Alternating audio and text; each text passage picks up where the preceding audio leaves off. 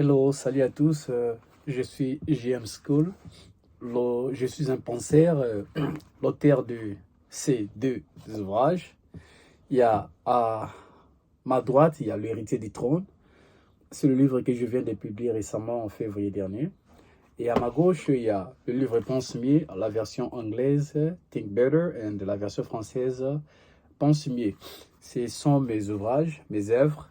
Ça, je parle de la profondeur de la pensée, comment la pensée peut attirer des choses positives dans notre vie ou des choses négatives. Donc, nous devons toujours avoir de bonnes pensées et cela va attirer vers nous les bonnes choses que nous espérons. Donc, vous pouvez retrouver ces deux livres. Ça, vous pouvez le retrouver sur Amazon. C'est disponible sur Amazon et qui peut penser mieux. Oui, je vais vous mettre la description dans les textes, la description dans le texte de cette vidéo et vous allez facilement retrouver le livre sur Amazon. Et aujourd'hui, je vais beaucoup plus accentuer sur la publication de ce livre Héritier du trône. Héritier du trône, c'est mon deuxième livre, mais mon premier roman. Car comme j'ai dit, le premier c'était en caractère philosophique, mais ça c'est du roman. C'est en mode fiction, en mode fiction, comme je le dis, en mode un peu du romantique, oui, un tout petit peu il y en a, mais c'est beaucoup plus de fiction historique et puis de fantaisie. Donc, c'est vraiment une belle histoire.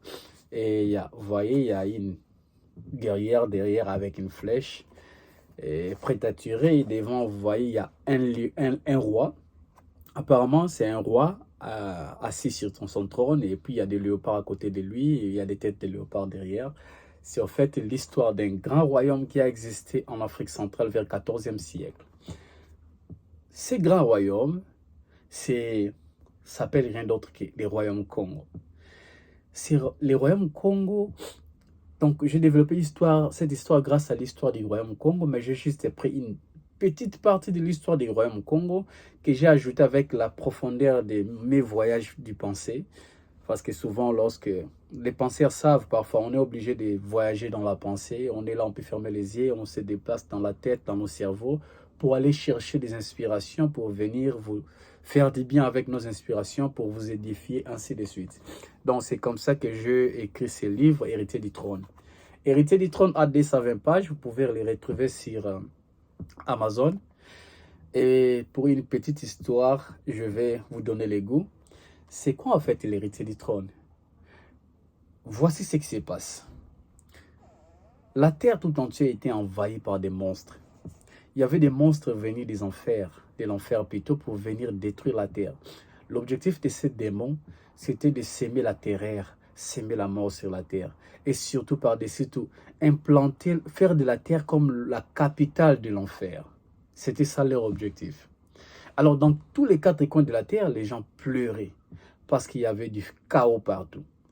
Et comme vous le savez, comme vous regardez souvent dans le film, il y a des super-héros des autres coins de la Terre qui essaient de se défendre pour sauver l'humanité. Dans d'autres coins de la Terre, il y avait des super-héros puissants qui essayaient de se battre avec beaucoup d'énergie pour sauver la Terre. Mais malheureusement, leurs efforts s'avéraient vains. Ils n'arrivaient pas vraiment à vaincre ces démons car ils étaient tellement puissants. Alors, ces super-héros des quatre coins de la Terre se sont rassemblés, ils se sont dit, mais partout il y a du feu, partout il y a du grincement de dents, partout il y a la mort, partout les gens pleurent. Et nous sommes incapables de trouver la solution. Mais quelque part sur la Terre, il y a un endroit où la paix règne en absolu. Et cet endroit n'est rien d'autre que c'est le royaume Congo. Alors, pourquoi ces démons attaquent justement ici, mais ils n'arrivent pas à attaquer le royaume Congo? Alors, nous devons aller au royaume Congo pour aller chercher de l'aide. Et ils vont nous aider à vaincre ces démons.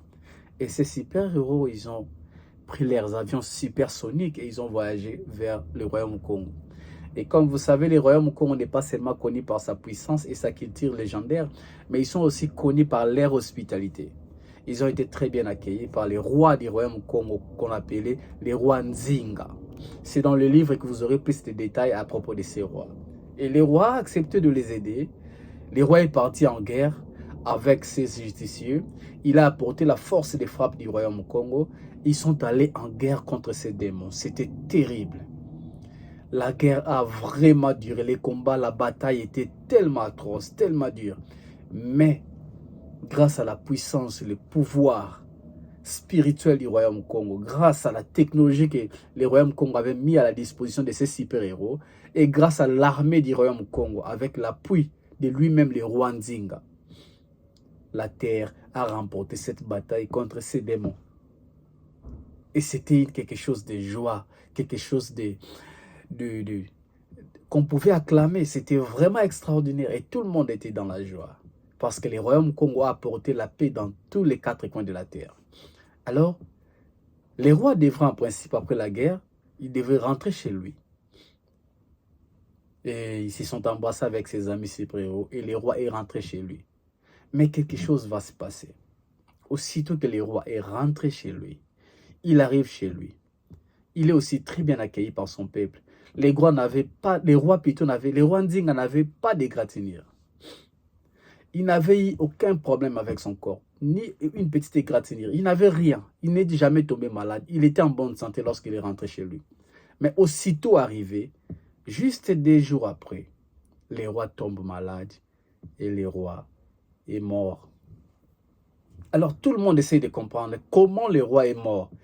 Il est parti en guerre, il est rentré en bonne santé, psychologiquement, physiquement. Il avait l'air d'être en forme.